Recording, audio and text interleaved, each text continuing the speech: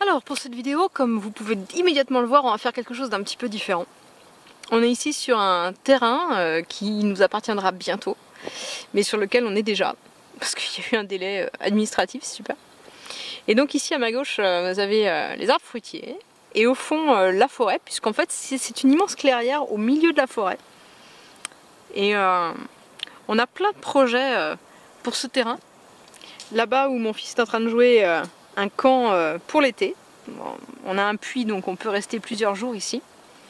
Ici devant vous le camp des hamacs, bien à l'ombre quand il fait très chaud. Et là je commence à avoir franchement chaud même si on est presque fin septembre. Un mimosa géant là derrière qui a été planté par quelqu'un qui est derrière ce terrain et qui a tout envahi. Et on est au milieu d'une forêt de pins. Et donc là les pommes, dont cette pomme. Et voilà les carnets. Alors ce sont 2 carnets Bull & Stash et la raison pour laquelle on est ici aujourd'hui avec les cigales et les oiseaux dans la haie, la raison pour laquelle on est ici, c'est que ces carnets ils vont être dédiés à ce terrain. Alors celui-ci il ira pour mon mari qui a montré de l'intérêt dans ce carnet. C'est bien la première fois qu'il montre de l'intérêt pour le carnet et la raison pour laquelle il a montré de l'intérêt c'est que le cuir est magnifique. Et le grand va être pour les gros projets. Donc celui-ci sera destiné à prendre des notes, par exemple sur les métrages ou sur ce dont on a besoin, ce qu'il faut qu'on amène, etc. Donc plus celui qu'on va se mettre dans la poche arrière du jean. Et le grand à côté va être pour les projets. Ah, j'entends qu'on a réussi à démarrer la pompe du puits. Voilà, c'est ce que vous entendez là, c'est la pompe du puits qui pose ses problèmes depuis 1 heure en démarrage et manifestement, ça a l'air d'être bon. Je sais pas comment il a fait. Alors Bull & Stash, vous le connaissez peut-être parce qu'ils avaient fait une campagne Kickstarter. Et à l'époque j'avais regardé et je m'étais dit waouh, le cuir a l'air vraiment magnifique. Et si vous demandez si mon avis est confirmé, la réponse est oh oui, le cuir est superbe.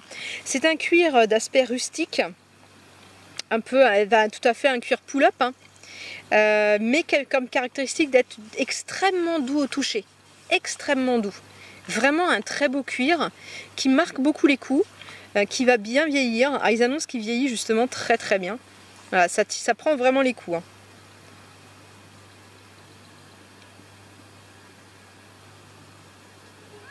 Ça marche? Super! Super, en plein sur ma vidéo, je sais pas si moi ça doit me réjouir, mais bon, c'est pas grave, ça fait pas trop de bruit. Si vous entendez des gros poum, c'est la saison de la chasse, donc la chasse a recommencé, puis autour de nous ça chasse, puisqu'on est en pleine forêt en fait, même si ça ne se voit pas complètement, on est en pleine forêt, c'est une grosse clairière. Voilà, donc là on a le petit, le Traveler Stash, et on a le Stash. Je vais vous donner tout de suite une idée de la taille, en vous montrant le Midori. Alors voilà, j'ai pas le passeport avec moi, parce que d'abord j'en ai pas et que je l'aurai sans doute en octobre, la taille passeport du Midori. Mais en gros, c'est plus fin. C'est plus fin, ça tient dans une poche arrière. Voilà. Et le gros par rapport au Midori, eh bien il fait 2 mm de plus sur le haut et à peu près 1 cm de plus sur le côté. Voilà, on va le mettre de côté celui-là.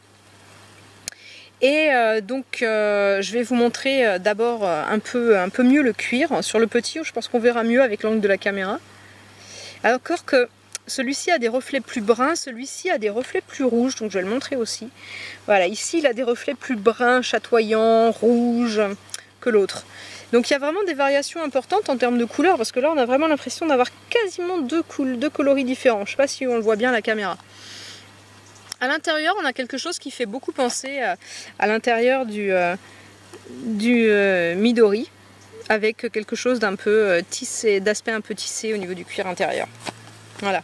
C'est un cuir huilé qui est fabriqué. Alors, la peau vient de vaches américaines qui sont élevées en liberté et elle est envoyée en Italie. Et en Italie, ils ont ce procédé qui leur permet de fabriquer un cuir tanné avec des produits naturels qui permet d'avoir ce cuir huilé qui est vraiment extrêmement doux. Voilà. Et alors, l'autre particularité de ces carnets, c'est le système à vis. Alors les vis, ce sont des vis Chicago, donc voilà les inserts. Donc en fait c'est une couverture de cuir, voilà, le même principe un peu que le Midori, mais au lieu d'avoir le système d'élastique, eux ils ont mis un système de vis. Des vis qui offrent quand même des possibilités intéressantes. Voilà, donc ici on a un stamp, This is the beginning of a beautiful friendship, c'est le début d'une belle amitié. Et donc on a, alors je vais montrer à l'intérieur, on a un carnet qui présente d'un côté un papier ligné très blanc, de l'autre un papier blanc. Okay, et en termes de qualité, on va regarder ça tout de suite. Alors ici à gauche, j'ai fait un schéma en aquarelle du terrain sur lequel on est. Donc j'ai fait ça vraiment de manière hyper rapide et j'ai mis un petit peu de couleur à l'aquarelle. Moi je suis assise ici exactement à côté des pommiers.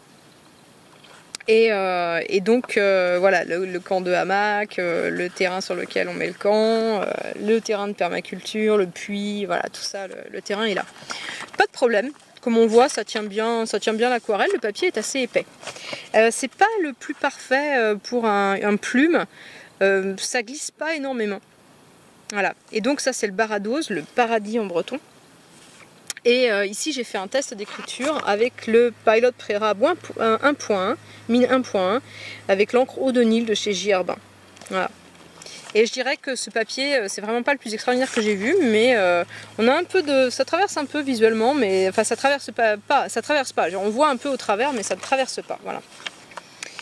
Et donc l'intérêt de ce système-là, à mes yeux, il a un intérêt et un inconvénient. L'intérêt, c'est qu'on défait les vis. On prend exactement le papier qu'on veut, on peut mettre des pages de différentes sortes et on va pouvoir refaire soi-même un insert. Évidemment, ils vendent les inserts également, on peut les reprendre chez eux. Mais on peut aussi les faire soi-même exactement à son envie. Il y a juste à faire 2 trous là, paf paf, et ça se remet dedans. Ça, je trouve ça absolument génial. Le truc qui est un peu moins génial, c'est qu'avec un système comme ça, on peut jamais laisser le truc entièrement ouvert. Voilà, ça se referme systématiquement. Par contre, il y a ce côté, je le prends comme ça, comme un bloc-notes, ou il y a le côté effectivement bloc-notes, alors plutôt avec le petit évidemment, où là on pourrait envisager de mettre des pages détachables et retirer les pages à chaque fois et avoir toujours cette page qui est au-dessus. Voilà. Et là c'est hyper pratique, celle-là, poche arrière du jean, je le ressors, je le reprends, pour prendre des notes sur le terrain, ce sera vraiment génial. Donc celui-ci plutôt pour les gros projets, et l'autre pour les autres. J'ai pris des notes moi dessus, évidemment c'est plus petit. Alors celui-ci vaut 50$, celui-ci 25$, et franchement je trouve que le prix est très réglo compte tenu de la qualité du cuir. Voilà, donc après il faut aimer les cuirs pull-up, hein. C'est un peu particulier, mais voilà, c'est bien sympa. Et donc maintenant que j'ai fini mon commentaire, eh bien, je vais pouvoir aller d'abord continuer à ramasser les pommes, et puis sans doute faire un petit tour dans le bois qui est à côté avec mon gars. Louison ? Louison ? Tu veux aller faire une petite promenade dans la forêt?